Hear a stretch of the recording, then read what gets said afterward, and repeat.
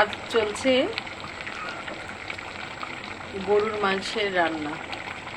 আজকে গরুর মাংসের একটা চমৎকার রেসিপি। এখানে পেঁপে, আলু, পালং শাক দেওয়া হয়েছে। পেঁপেটাকে দেখতে পাবেন না, কারণ পেঁপেটা মিক্স হয়ে গেছে। এটাকে গ্রেট করে দিয়েছিলাম। সব মশলা দিয়ে মাখিয়ে বসিয়ে দিয়েছি। এরপর পালং শাক ও নতুন আলু দেওয়া হয়েছে। তবে এই আজকের গরুর মাংসটার একটা বৈশিষ্ট্য হচ্ছে, এটাতে আমি আজকে তেল দিইনি, একেবারেই তেল নেই। মাংসের গায়ের যে তেল সেটাই শুধু থাকবে। তবে স্বাদ কিন্তু অতুলনীয়, আপনারা ট্রাই করতে পারেন। আমি এখানে সামনের রান ও সিনার মাংসটা ব্যবহার করেছি।